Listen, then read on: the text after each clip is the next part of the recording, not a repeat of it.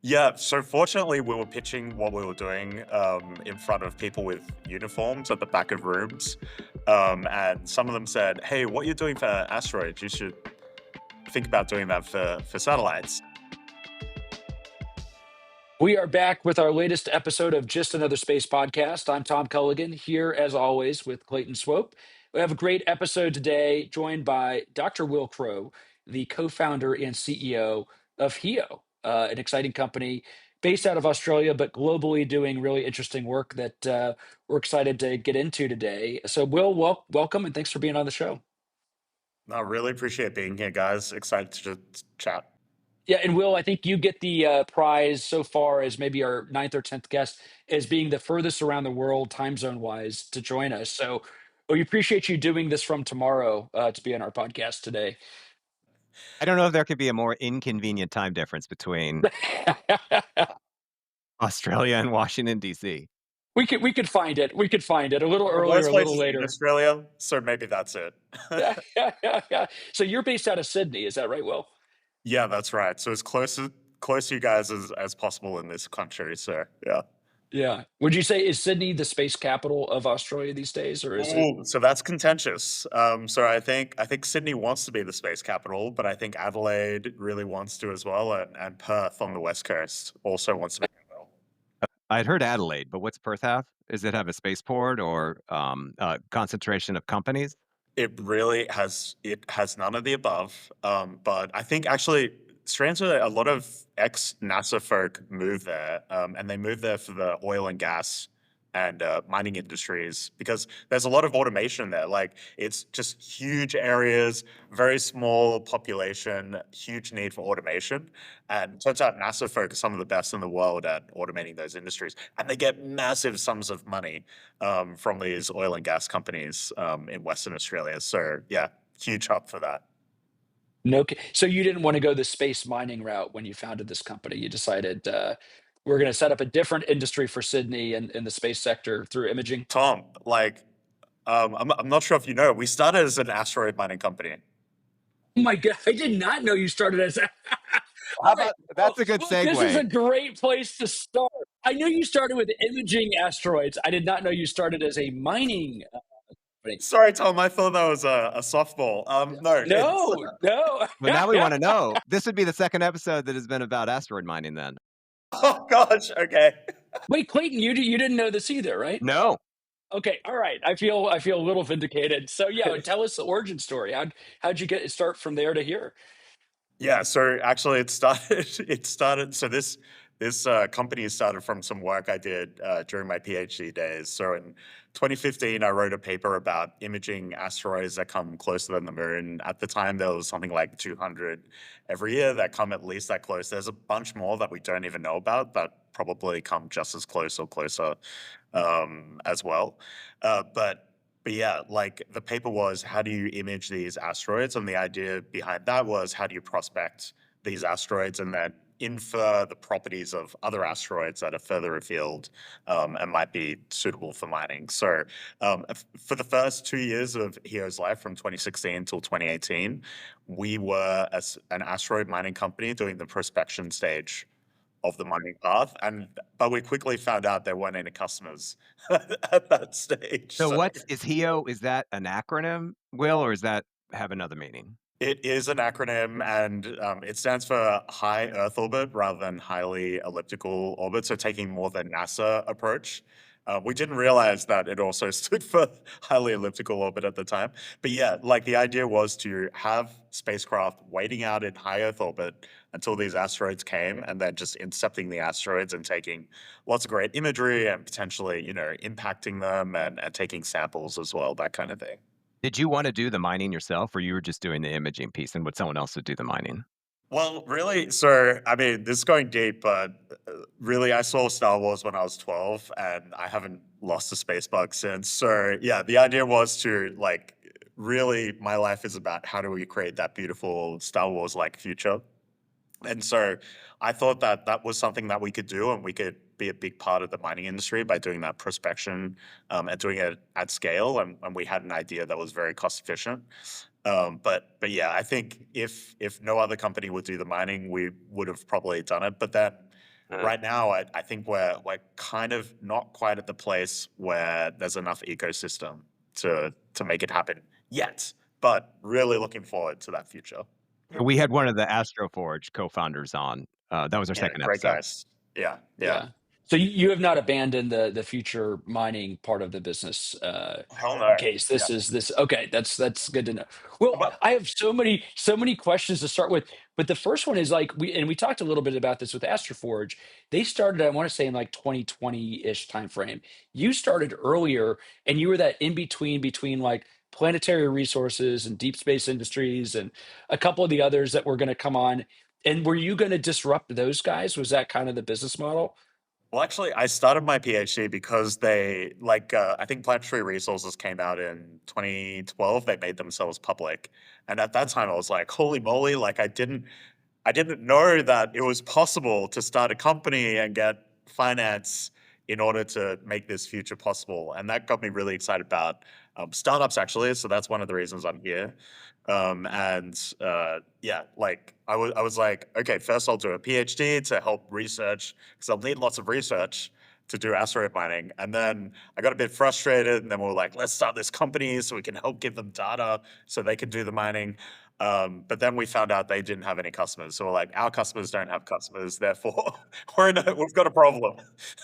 Like a domino effect when that happens. Right. That is not an economy. So, So that's when you pivoted. yeah, so fortunately, we were pitching what we were doing in front of people with uniforms at the back of rooms. And some of them said, hey, what you're doing for asteroids, you should think about doing that for satellites. And so we did, because I mean, in asteroid exploration, doing flyby imaging of asteroids, that's like the primary way to investigate asteroids. Because typically on the way to Jupiter or Saturn or wherever you go past the asteroid belt, and then NASA had this mandate to fly past an asteroid whenever they were doing that. So that was like the primary way. So where I come from, this non-Earth imaging, or it used to be Sat squared, that was how you did things if you had things that you were interested in, but you didn't have enough fuel or the economics didn't make sense for you to slow down and rendezvous. So really, that's where that came from. So NASA was doing Sat squared for decades, but they called it asteroid flybys. And then it turns out that we learned a lot later that the National Security Establishment was also doing this flyby imaging of other satellites. They called it Sat squared, and it was a highly classified and regulated industry. But we didn't know that. We just accidentally, I guess, recreated this technology without understanding that it was already a thing. And key is though you're taking pictures of other objects in space, but you're also not slowing down and you're not specifically maneuvering, doing a rendezvous proximity operation around the other object. You are just on your normal trajectory with a camera, snapping pictures as you go by. Yeah, yeah, that's right. And by the way, what I'll say is that the way that we originally tested our software stack is with Landsat, because Landsat's just, lazily imaging every part of the Earth, the Mediterranean as well. Turns off during the ocean, which is most of the Earth, so it doesn't image any satellites then. But Landsat has accidentally imaged hundreds of satellites that show up in different frames. So it's kind of like when you see aircraft taking off in Google Maps. Right. That's true in Landsat data for like the ISS we tested on to begin with. Huh. So Wow. yeah, this was Like done machine accidentally a learning. lot. Is that like you use machine learning to train it to look for this object, or You it's a don't even person need to. looking for it? You just marry up. It's kind of like you can just pull the historical TLEs. Where it's gonna Just be, you know.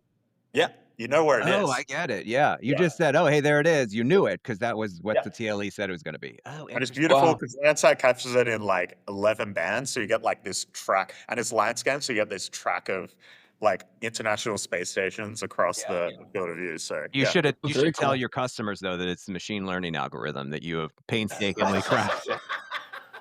Well, yeah, you guys know machine learning, AI now. it's all everything's conflated, everything's overhyped. I mean, it's interesting. Blockchain enabled and Yeah, Web3 compatible. Yeah, It's yeah, it's you all use Web3. ChatGPT, yeah. it's the best of the best.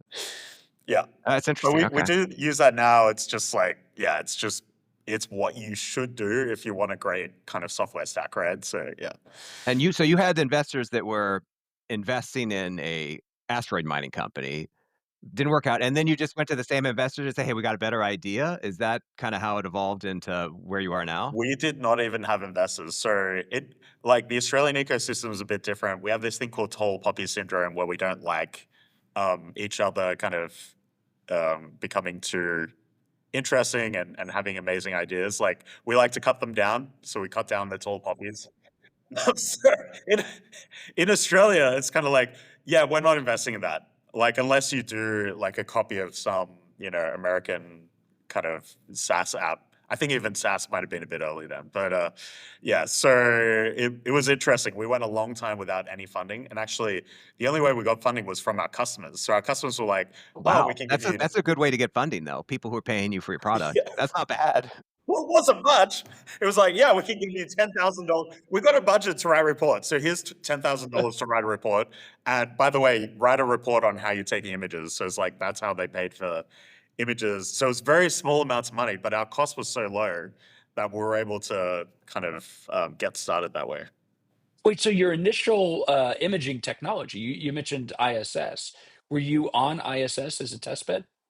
So no, so we were on other platforms, and then we were typically just using the ISS as a target because it's well I tracked see. and huge as well, so it's easy to catch.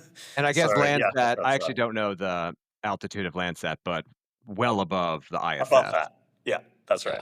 Yeah, yeah, And yeah. what was, like, the biggest then, I guess okay, so that's you didn't start with much funding, and you got funded by your customer. So, if you look back and we asked another founder this question. If you look back, was it a technical challenge really that was the hardest thing to get you where you are now, or was it the business side, do you think, that took most of your time to, like, cogitate on to come up with the solution to get you Oh, here?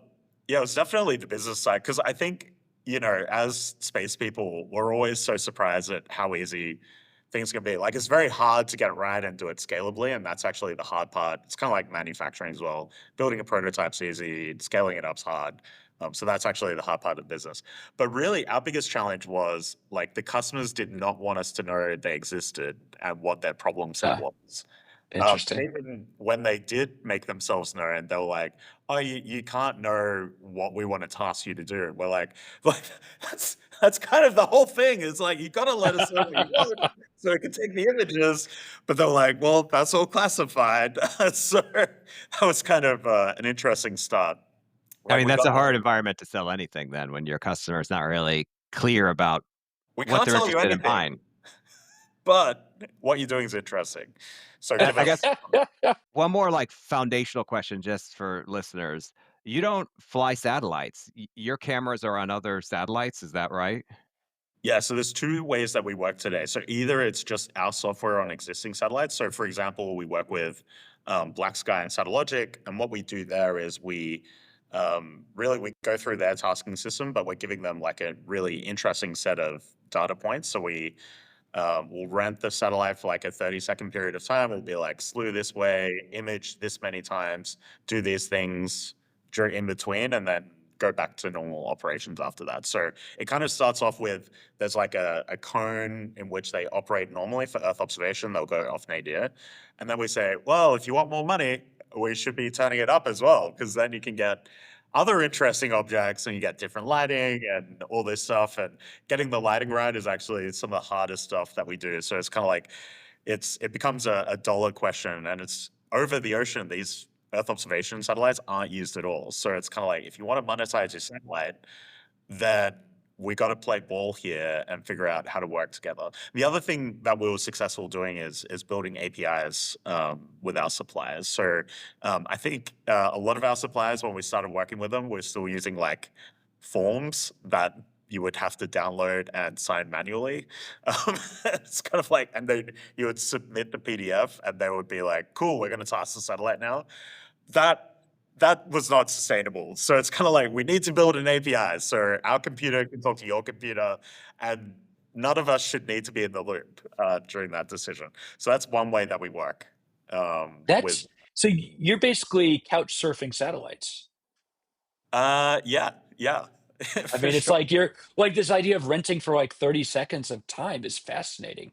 Or like an Uber, Tom, Yeah, too. or If I you mean, think maybe about it, couch surfing, you are paying for it, but it's like such a limited quantity, right? I mean, I imagine it opens up. You have so many assets you can rent from or lease from or whatever the term is in this case. That's amazing.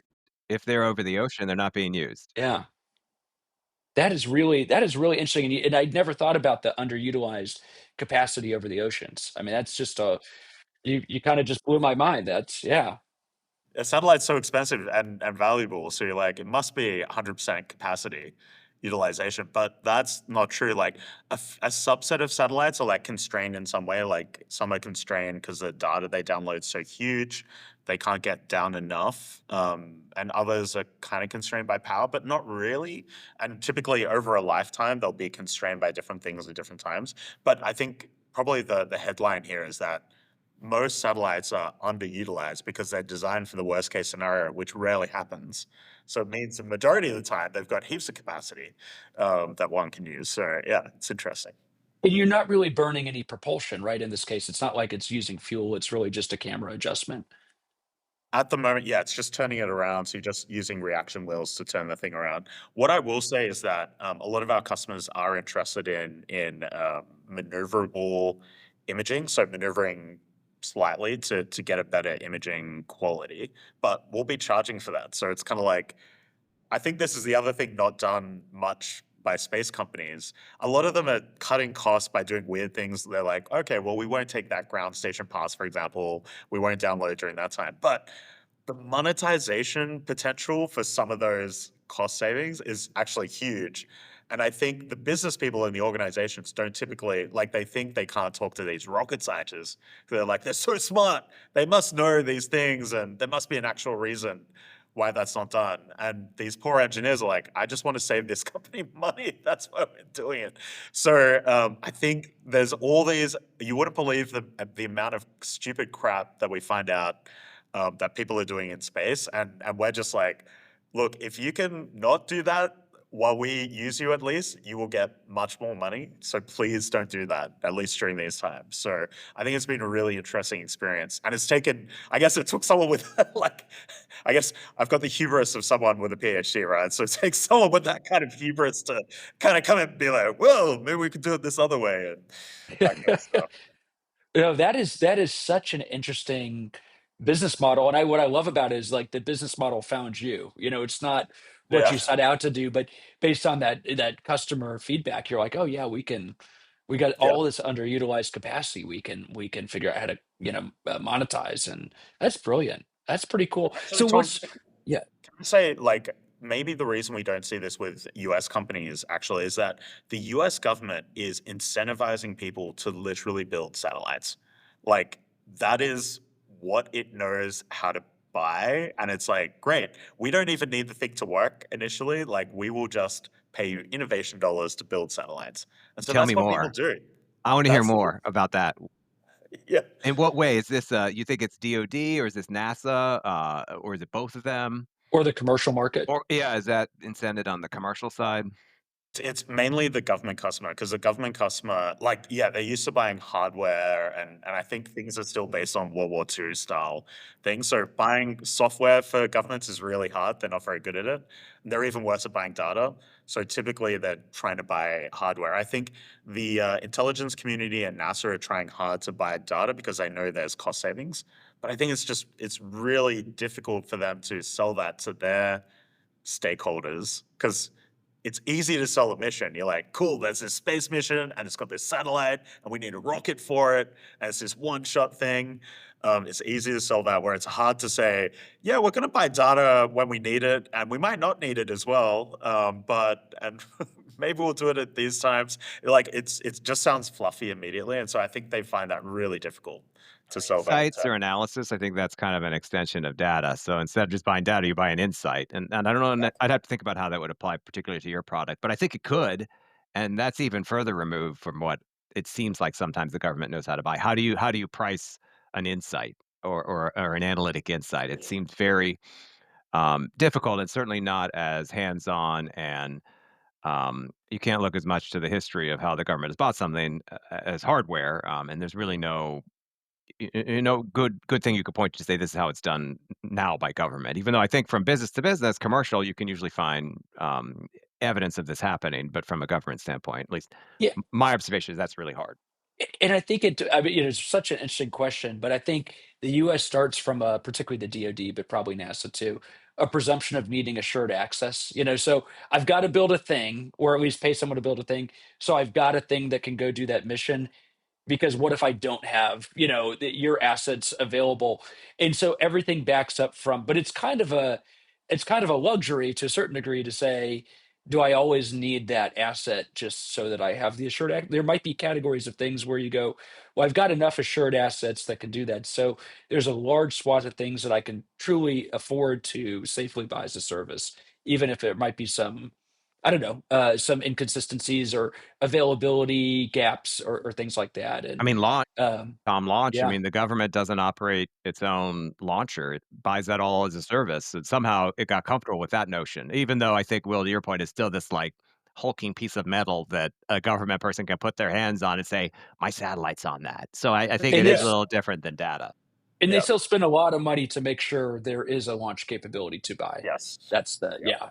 yeah, from a hardware perspective. But yeah, that's really, really interesting. So as you rolled out this, so what you make the pivot from asteroid mining to this interesting new market, and then that's been what, the last 7, 8 years? How many years has that been now? Yeah, roughly 7 years, but I'd say like originally we thought we'd need to launch our own satellites because we're like, that's a dumb thing. So actually, it took some of these constraints to be like, well, maybe we can just test our software on existing satellites. And it turned out that that was just this huge unrealized opportunity. So we started doing that. The other thing I'll say is that we're running out of satellite companies that have satellites because there just aren't that many. Like there's more in probably on the blocks of streets that you're sitting in. There's probably more cameras than all of space. So I think the other thing that we're doing is building cameras here in Australia from kind of the chip up, and we've deployed There's 7 of literally those like, already. Will, a dozen in this room I'm sitting in right now, if I really think about it, Yeah, cameras. that's Yeah, I mean, there's right. there's yeah. probably 3 on a phone, Yeah, 1 each on the laptop, the one above my computer. I've got a couple iPads in here. There's you've probably got a 12 cameras in constellation this right room. there. Just imagine if you could monetize that, Clayton. Like, just lease Well, out I'm sure that. there's some interesting things happening in my office. Yeah, that's right. And the I guess lack of or the underuse of spacecraft in space kind of really it's true in the majority of cases. Like the majority of satellites aren't used most of the time. So yeah, like being able to use that downtime to take images of things, and really, yeah, the missing piece was the camera. So we're just building the camera. There's enough satellites going up to the right orbits that we care about. That putting a camera on these satellites makes sense.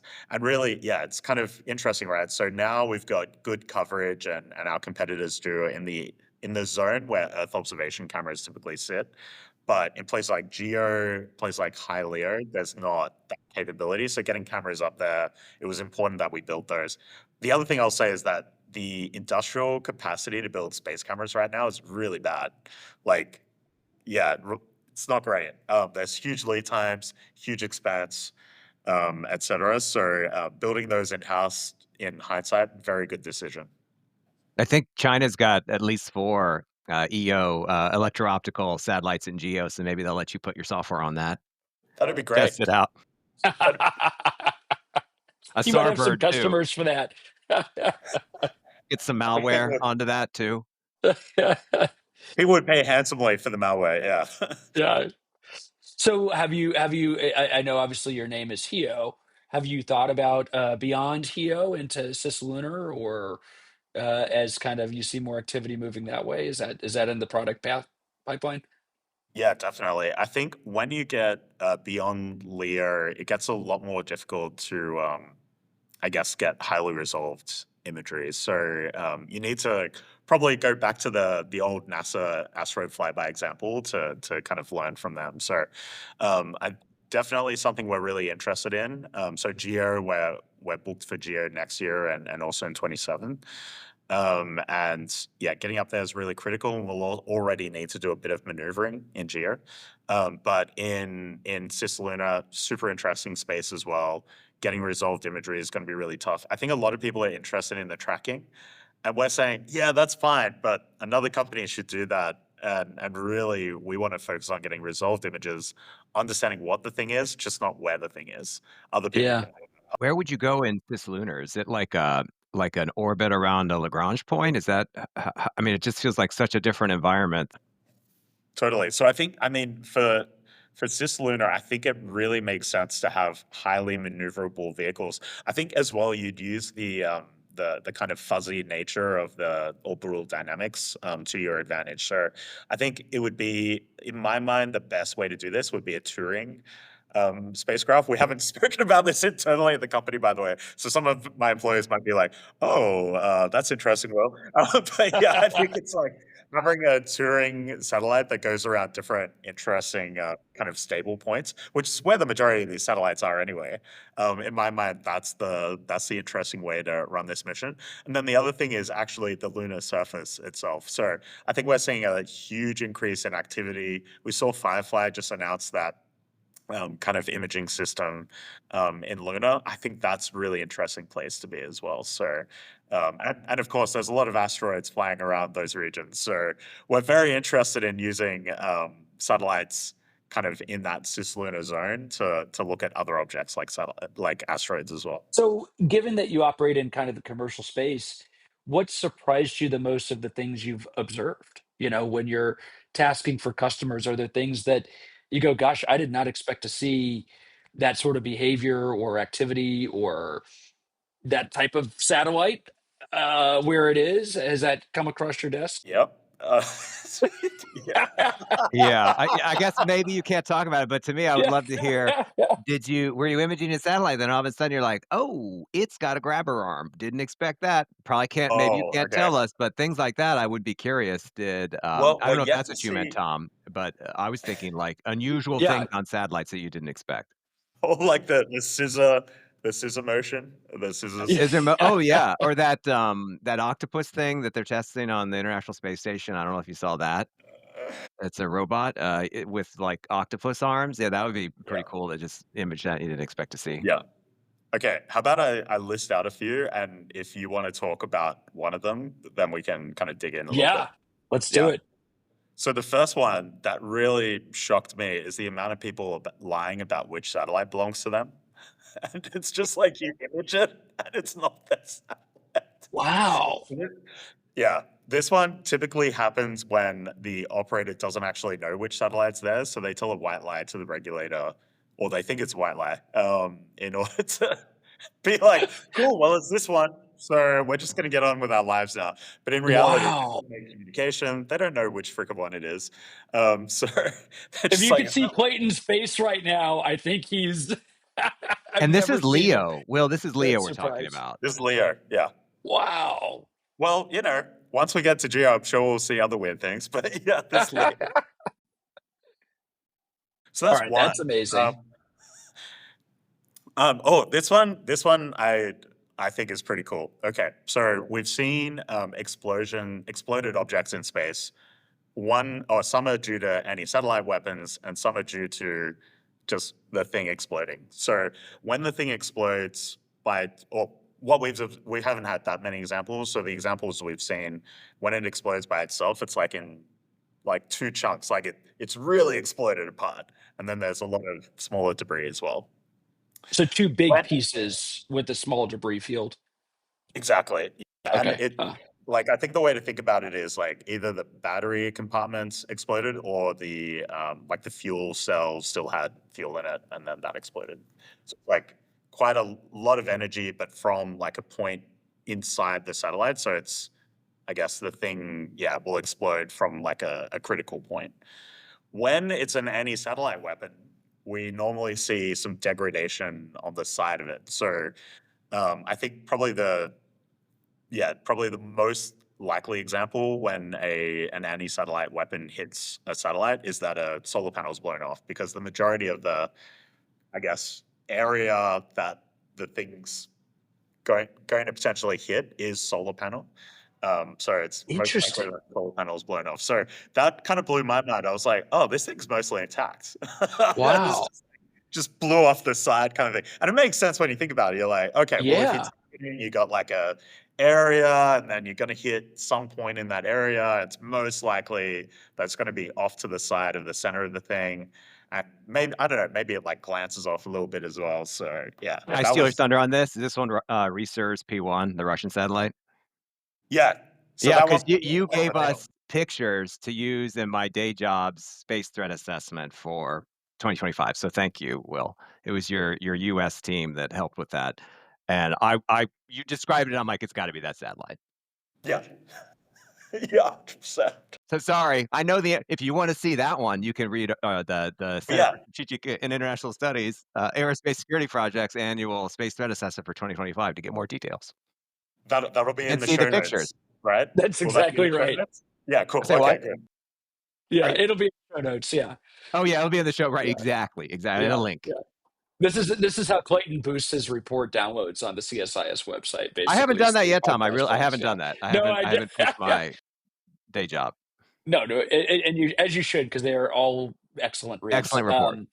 But I will very say good. that all three of those facts are fascinating. You kind of blew my mind in various ways with all three.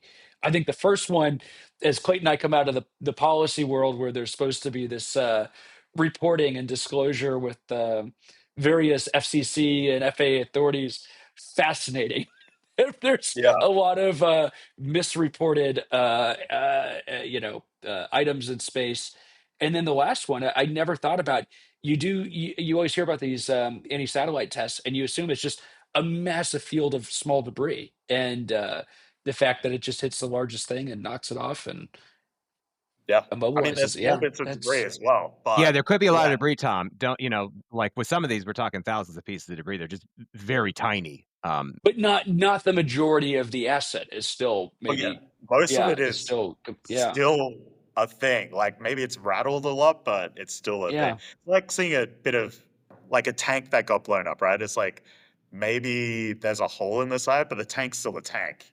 And it's yeah. kind of the same in space. So yeah. Wow. All right, that Not is a really an explosion. Just to point that out, too, because there are no explosions in the traditional sense. There's no blast in space. So if you think about what that would mean for the effects, it might create different types of effects that then I think to Will's point, you could potentially see in an image. But it doesn't That's like a really good boom, point. it's not like a mushroom cloud. So Clayton, I was just thinking like the one where it's internal, would you call that an explosion or not? Mm, I should say no blast. Let me Got it. change Yeah. what I meant by that. Yeah. No blast There's because no you need kind of air for like the blast. Sorry. Yeah, there's explosion, no that's I fluid. shouldn't have said explosion. I should have said no blast. Cool. yeah. Even though people could say, "What's the difference?" Well, I would say you need an atmosphere to have a blast, but maybe someone's gonna disagree. I hope someone is listening to this podcast and will disagree, and we will have a lively debate somewhere where we post this podcast. Hey, unless there's a picture of it from Will, it didn't happen. So I got to see a picture of an explosion. Otherwise, it's all speculation. It's a Oh tree man, falling in the like forest. this kind of weird, right? Because you kind of don't want this to happen, but I would love to catch something mid breakup. Like that would be Yeah. amazing. Yeah, Yeah. yeah. Have you ever caught anything action wise like that, or has it all been post? Oh, yeah. Yeah. So Really?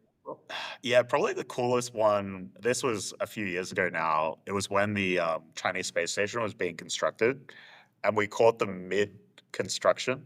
That was pretty cool. So they'd taken a unit off one kind of docking port and then brought it around and put it in another docking port. But probably the coolest thing about that was, I mean, you could assume this anyway, but it was over Montana when we caught this image, and there weren't any Taikonauts aboard either. So it's kind of like, I guess there's two potential conclusions. One is that Wow.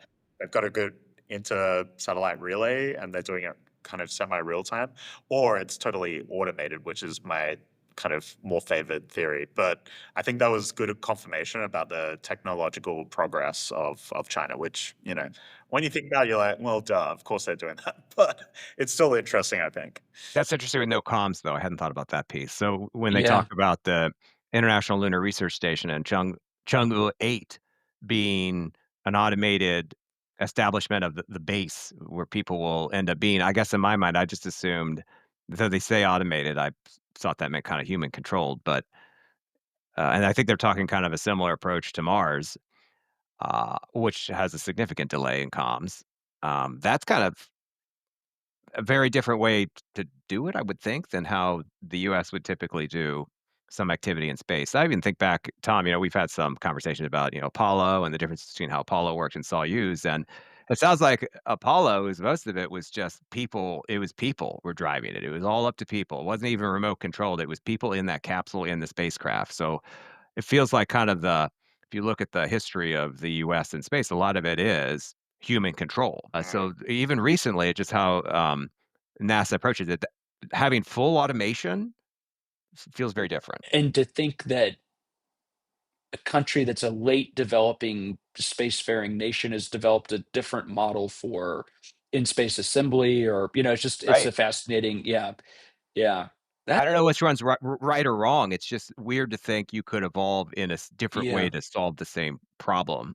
So Wow, that's okay. When I asked the question, I thought you'd have like one kind of jokey answer, but you kind of blew our minds with four very interesting Oh, and good. observations why? there. So, but So the company or the satellites not being the ones that the regulator expected. So in this case, would it be satellite is listed in, let's say, the US government's space track. Yep. It says it's something.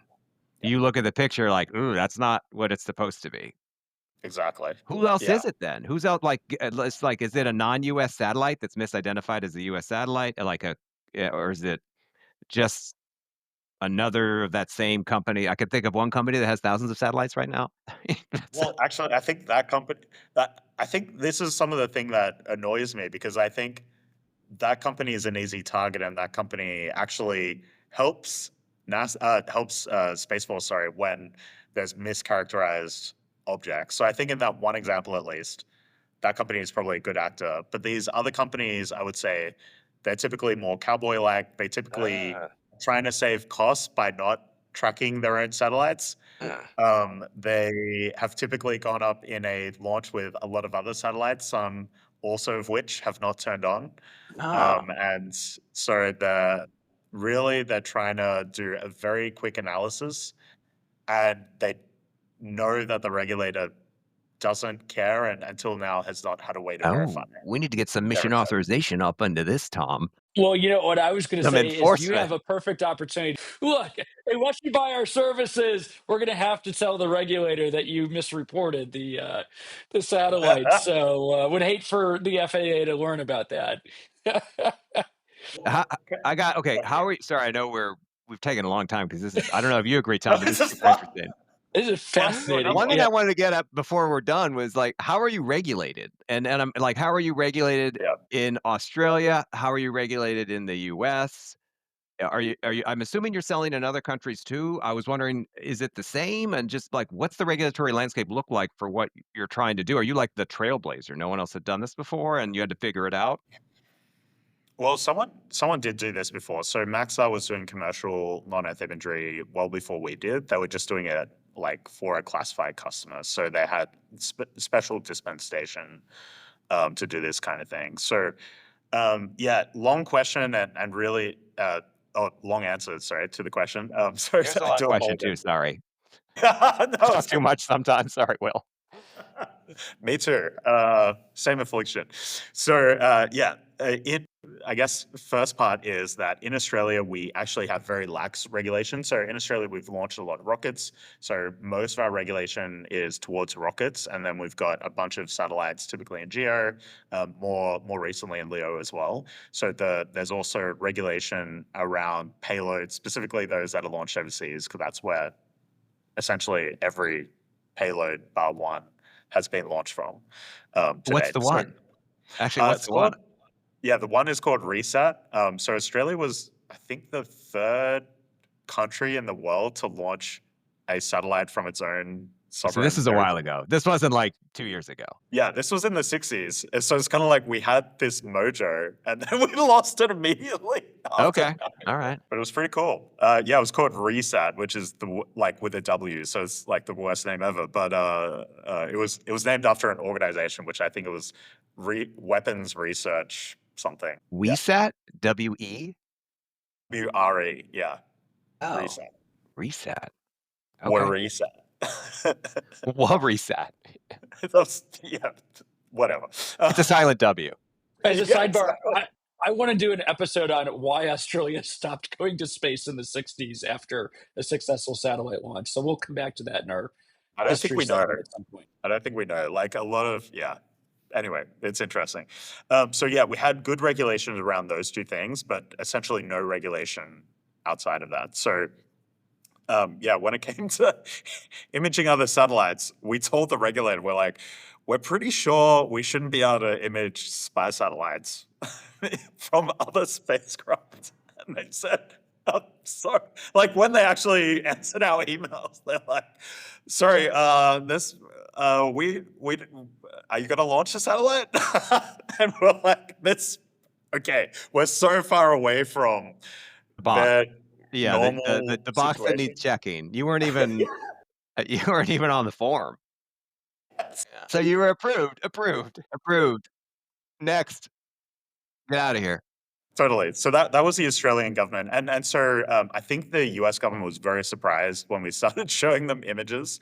And they're like, "How did you get these? Like, where'd you steal these from?" But yeah, so I think the story kind of locked down in the end, and they're like, "Oh, these guys were two guys in a garage in Australia, and they replicated our national security establishments. What we thought was very hard to replicate, With no they did." hardware. With ownership of no hardware. Yeah. Exactly. Or no hardware Well, in space. No hardware in space. exactly. They're like, surely a company would need at least $100 million to do this. Oh, oh, they did it for 10,000 to write a report. Okay. Um, so, so that's how it started. But yeah, so they invested in us pretty soon after that through Intel.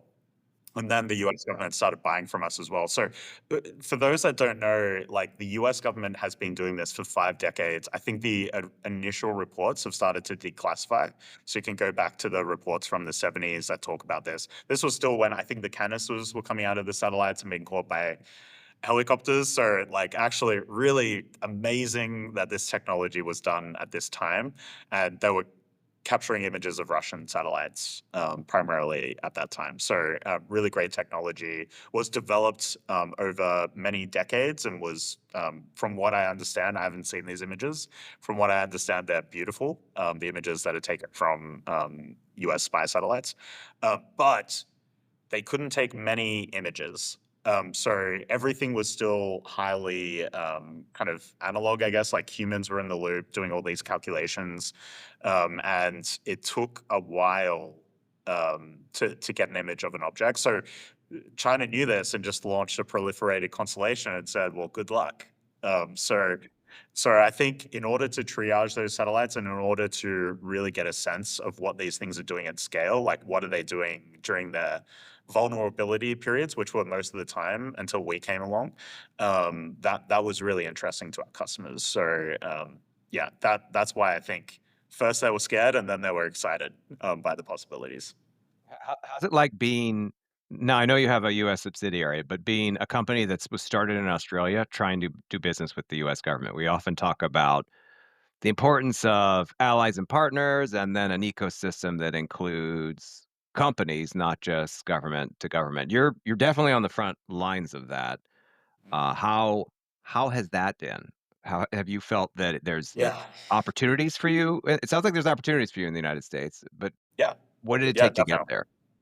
Yeah, so I think, I mean, we had a head start, and part of that was the regulatory thing. I think part of it as well was just the way that a company needed to be built in Australia, just meant that it would be like distributed and high availability from day one. So I think those two things kind of contributed. But yeah, it's been interesting. So I think first we felt like we were brought in, and especially with the talk of AUKUS, I think then there was a tariff put on our Penguin Island. So that was a bit of a blow to the nuts. But yeah, so I think it's been interesting. I think there is. Well, we were surprised because we have 5 kind of island territories, all of which were tariffed separately from Australia itself. Okay. Yeah. One of them had a high tariff as well. We're like, what the hell could they even be exporting to the US? It's like they don't export to mainland Australia. They don't produce anything. Well, we're buying a Um, bunch of stuff that you don't even know. You're missing out. You were missing out. It's all the good stuff. Yeah. We got all the good stuff in the US. Australia didn't get any. yeah, kind of like penguin pelts or something. I don't know. Very soft. It's very soft fur. Anyway, so it's been interesting. I think there is a willingness to work together, and I think Australia loves being an ally of the US. We see it is critical to our survival. So we're here to contribute. I think the interesting thing that I've seen recently in the US, and I think part of this is the story of why SpaceX and Blue Origin and Kuiper, I think, set up a factory across the road from the Boeing factory, and now all the young engineers are working there. So I think what that shows is that there's actually like close to 100% employment of aerospace professionals in the US, which is great. It means wages are going up really high as well. It means costs are Yeah. going up to the Yeah. customers.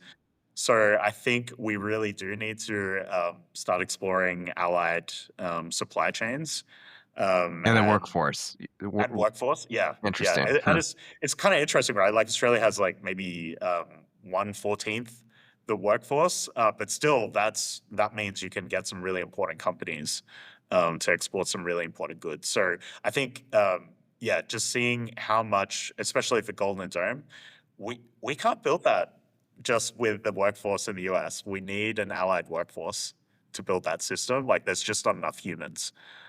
So yeah, I think that's the message I want to hit home. It's kind of like we need allies because we just can't. There's just not enough people. Well, Otherwise, and I think it's a force multiplier from a financial standpoint too. If you have other governments that chip in to do something really big, Golden Dome's a good example. I don't know how that will work out, but with the yeah, allies and partners, no, not Golden Dome writ large, but just the notion of saying this is how much Golden Dome would cost if the U.S. did it alone. But if we had allies and partners chip in financially or in some way, barter system, it could be this big. It could be Yeah. 50% bigger. So if you could do that with allies and partners, maybe yeah. that's worth considering in a way that you get a better system in the end. You get something that Clayton, is more value.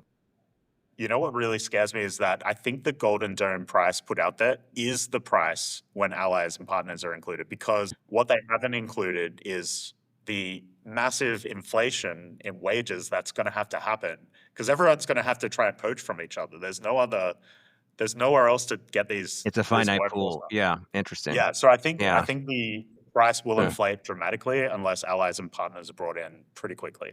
All right, so I got to ask, maybe I don't know if it's a silly one or whatever, but we have this perception in the U.S. that there's a little rivalry between Australia and New Zealand, and so we started Yeah. our podcast series with a representative from Rocket Lab, Sir Peter Beck's company out of New Zealand. On so is there a space sort of friendly rivalry between Australia and New Zealand, and if so, who's winning?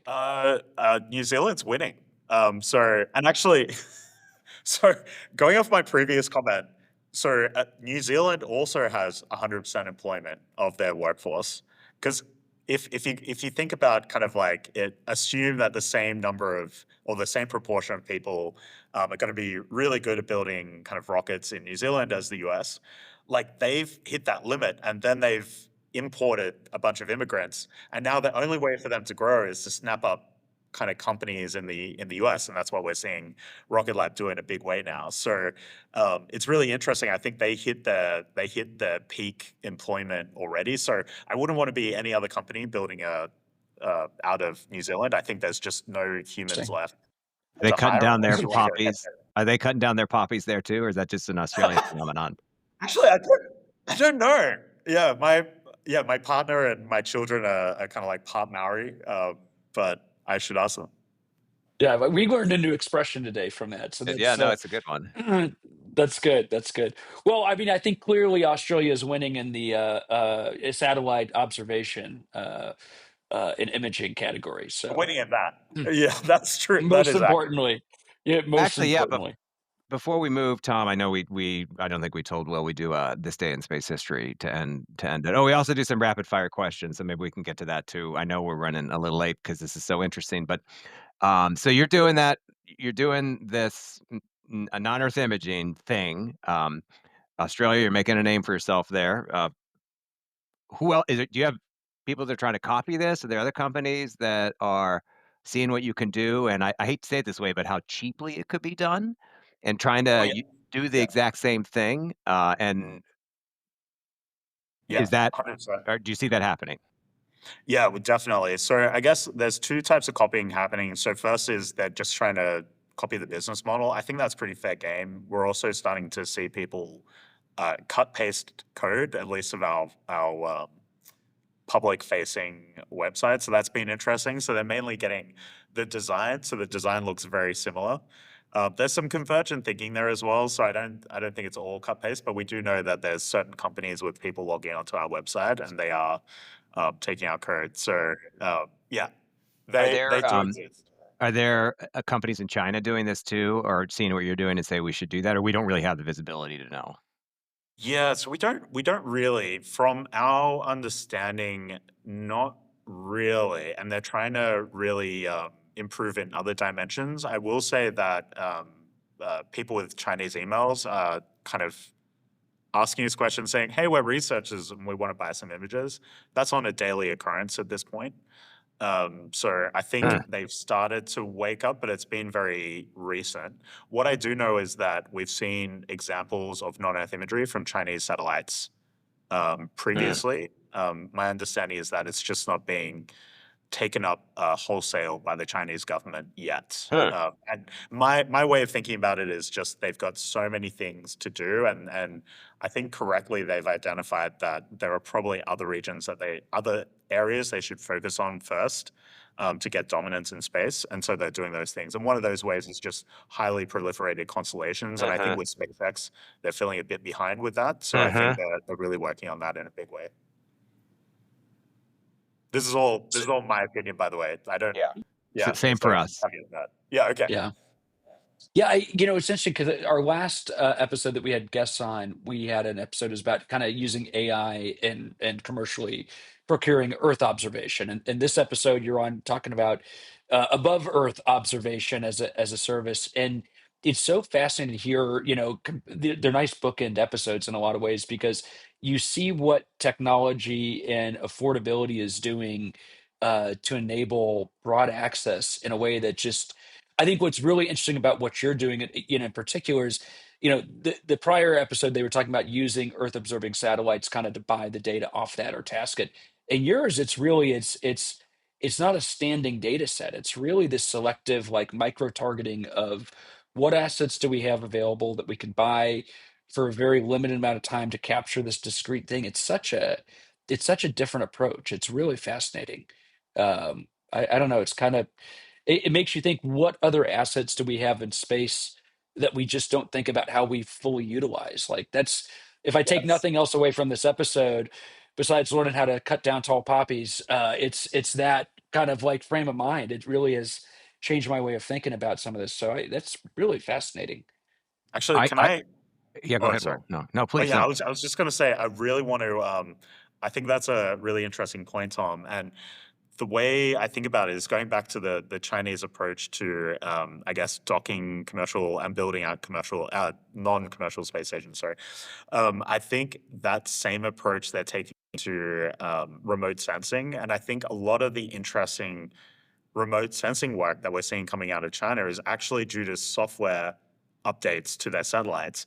And I think weirdly in the US, even though the US is a leader in software, it's allowing China to win the space software game, weirdly. And I think a lot of that is historical and legacy and just the way we did things. Like we had humans controlling things. I think still today we have some weird obsession with control centers. Uh, like having 20 people in a darkened room with a huge screen. Like Right. that is a trope. Right. Like, It my is. laptop is my You can do it on a control center. laptop, right, right. That should be the control center. And in China, they're like, yeah, that's just how we do stuff.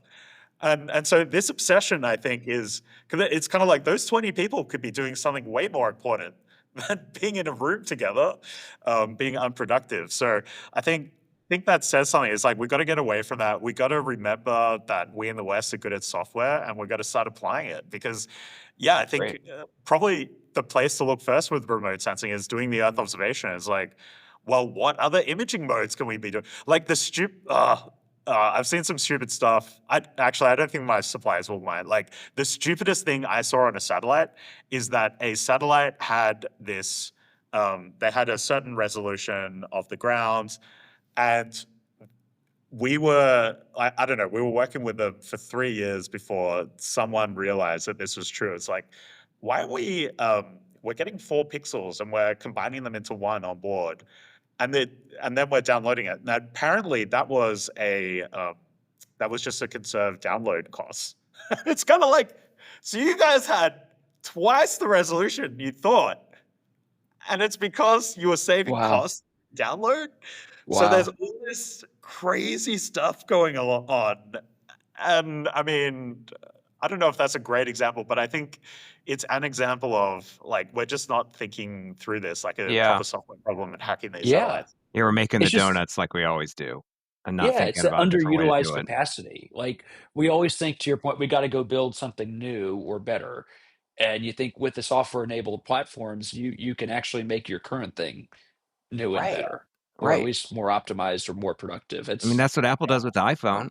yeah, Yeah. yeah, Yeah. yeah. Well, and even more to your point, like Apple has the App Store, I think, where a lot of innovation happens, and Right. it's I agree. Yeah. Mhm. optimizing the crap out of this phone to do certain things that like Apple would never have thought of. So I think it's kind of like I think there's a trope of App Store for space, but the App Store for space is so simple, and it's like people should be doing it like right now, immediately. Yeah. It's not something Wow. that we then have to create the hardware for. We should be thinking about today. Yeah. Yeah. Yeah. Hardware, go. Right. I get it. Yeah. It's cool. We just bent some metal. And I know we don't even know if we need to do the rapid fire, but Tom, I actually had one more thought, just Will, Yeah, for go you. for it, Like Clayton. to Yeah, me, I yeah. think this is my opinion. What you will be challenged with is some of the most interesting, dare I use the word targets. TLEs Mm. aren't going to work anymore because they're going to be very maneuverable, and you're going to look at the TLE and go, "Oh, we got it," and then you're going to look at your picture and say, "Oh, there's nothing there. Where did it go?" Yep. And Well, I I don't know. I mean, I don't know if then we do need to bring out the AIML, the scanning bath SWATs to figure out where that thing went, because I don't think it's gonna be space. I don't think it's gonna be as predictable as it is today. no. Can I throw one more sidebar? Do it. Yeah, let's do it. One more. So, oh, yeah, no, I'm gonna say this. Okay, so, 'cause I'm like, am I gonna give away something? Is it No, an they're F already bomb? doing Is it. it? You can say an F bomb too if you want. Well, as an Australian, I appreciate that, and hopefully you let me drop a C bomb at Okay. some point soon. So, anyway, I I don't won't know do where that that today. is. So, what I'm waiting for is the day when we see a one-dimensional satellite. So, what I mean is just like radomes over radars, there's going to be kind of like essentially a shield over satellites, such that it's like you won't know where the hell it's pointing, and you won't know Wow. where the solar panels are, etc. And Oh, maybe it's transparent to some, I don't know, like some wavelengths, but it'll be like opaque to most. And I think that day is coming soon. And the other thing I'll say is that if you search, and maybe this is like a element of classification, but if you search in the academic logs for camouflage for satellites, all of them are Chinese. oh. So it's kind of like the day has probably already come. We're camouflage, and we think we're seeing things that we're not. But I think the one-dimensional satellite that's coming, so you I won't mean, know. I've seen The Expanse. I know how the Martians hid their strategic nuclear missiles on stealth satellites, but we found them. Just so you know, we found them. Never, Actually, never doubt that's an interesting point. humanity's. Yeah. This isn't a satellite; it's an asteroid. But and your thought would be that it fools um, an optical sensor or a variety of phenomenologies of different. sensors? So today we just do optical, but yeah, we're going to have to do a variety of phenomenologies, and our customers are actually starting to pay us to kind of import other types of data. For your Um, one-dimensional satellite, though, that would be fooling an optical sensor so that it couldn't figure out oh, what it is? Is that what you mean by that? It just you wouldn't know what it is? It's like, "What is that?" yeah, it'll definitely fool an optical sensor. Yeah, I think it's interesting. Like multiple phenomenologies will help that, but for how long, right? It's kind Right. of I mean, it's a cat and yeah, mouse game. exactly, Yeah. exactly. Oh, Which means boy. more business for us, so that's great. But it's not great I need to necessarily for start a our non-Earth imaging goals. business. This is too exciting. Yeah, Who like wants to come build on, rockets? Who let's wants do to build this. rockets? We're hiring. Wait, I got a couple rapid fire. We'll be real fast on Yeah, these, let's do but it. I think I have to ask Tradition. since you brought up the Martians and nukes and things like that. I assume you have, in all your observation of I space, think you brought up you the Martians, well, but okay. I Clayton did. brought up the But the Martians, yeah. Martians in So, my analogy, Tom, just so you know, they're humans, just to point that out. oh, okay, all right. You watch The I guess Expanse. I'm Okay, talking sorry. about Real non-human Martian. activity. So, given all the buzz over the last couple of years about UAPs and all your observations, I imagine you would have led with a UAP observation if you'd seen one. I mean, we do have them, but it's typically like some guy somewhere not like registering what that man-made object actually is. So it's usually boring. Does that make sense? So it's Yes, actually not the most exciting stuff that we see. it's the most boring version of a UAP. Yeah, UAPs are Or boring. yeah. Okay, That should be that's the you know title what? of your podcast. I think that's going to be the episode title. UAPs are Yeah. boring with Dr. Will Crowe. Uh, all right, that's really interesting. And the other question I had for you, and I think we asked this about everybody. So you spend your time observing space. Would you ever go to space? Is that something you Oh grew up wanting no, to it's so do some dangerous. mining or? It's too dangerous. We need robots up there, I think. Like, I would love to go, but I'd love someone to figure out all the bugs Yeah, first. Like, yeah, so we're talking 100,000 people need to go before me. So, yeah, yeah, yeah. We're not. That exactly. makes sense. That makes Yeah. sense. Well, and speaking of safety, I do want to because I know we're going to get to this day in history, Clayton. Before we wrap up, I want to give a plug for a phenomenal book I'm reading. I'm about a year behind schedule here, but uh, Adam Higginbotham, I think is his name. Challenger, the new book that came out on Challenger last year, is phenomenal. I'm about halfway through it, and for the listeners that listen to our podcast for the space history, I have to say I'm probably much like you all. I have a hard time watching space fiction and movies and reading about it because so much of it's so bad once you spend your days living and breathing this stuff. This book is so well written. It's by the author of Midnight in Chernobyl. If you saw the HBO Chernobyl series, phenomenal. So, anyway, that's my Okay, cool. No, book rack. unsolicited, unpaid for plug for this book No, we because should start doing book it's racks. I think that that's a good impressive. idea. Yeah. Yeah. And Clayton, I'm going to throw it over to you for our space history of the week. Yeah, I thought this was interesting. So on July 29th, 1958, NASA was created, but it really just superseded NACA, which was the National Advisory Committee for Aeronautics. I think we all know who NASA is. Well, and what I like about this fact, Clayton, is this is the day that the bill was signed into law, but the agency didn't start, I think, until the new fiscal year on October 1 Oh, I guess that that year. makes sense. Yeah, I didn't So, think about it. Yeah. Huh. yep, yep. And then another one, I just thought this was interesting too, and we talked a little bit about China on this particular episode, but July 30th, 2001, the European Space Agency and the China National Space Administration allegedly reached an agreement to collaborate on the ISS, which obviously didn't happen, but it's interesting to think that's not that long ago, almost 25 years ago, where ESA thought and China thought, "Hey, let's do this. We can make this work." And that just feel very distant today to imagine as ISS partners or what could come after that, or even Artemis partners, um, saying, "Hey, let's collaborate on that next big thing we're doing with China."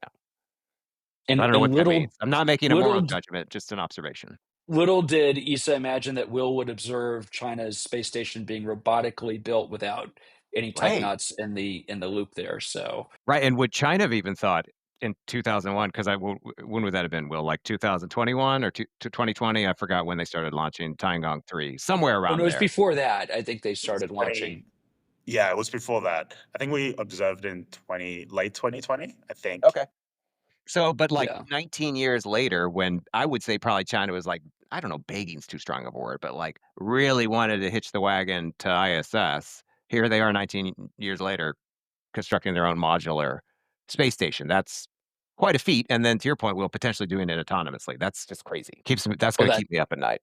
those are good history facts. I feel like we've had a strong record in recent weeks of fascinating history Yeah. What was that facts. one that we had that it was again the Astroforge It's episode? What was that? it was the year Some rocket was the launched. shuttle came close to the mirror. It wasn't like it docked for the first time. Yeah, It's it like came it close. like approached it and left. Yeah, yeah, that was the news. That was the news that year for space, or the Would have news made a that great day. picture Yeah, from anybody who was watching and documenting. But hey, I think with that we've gone over. But Will, this has way been over. fascinating. Thank you so much for I think blowing both of our minds a little bit here and really. Starting with the fact that you started as an asteroid mining company right out of the gate, we've sort of been learning all the way through. So we appreciate it. Look forward to following your success in the years to come. No, super fun. Thanks so much, guys. Thanks, Will.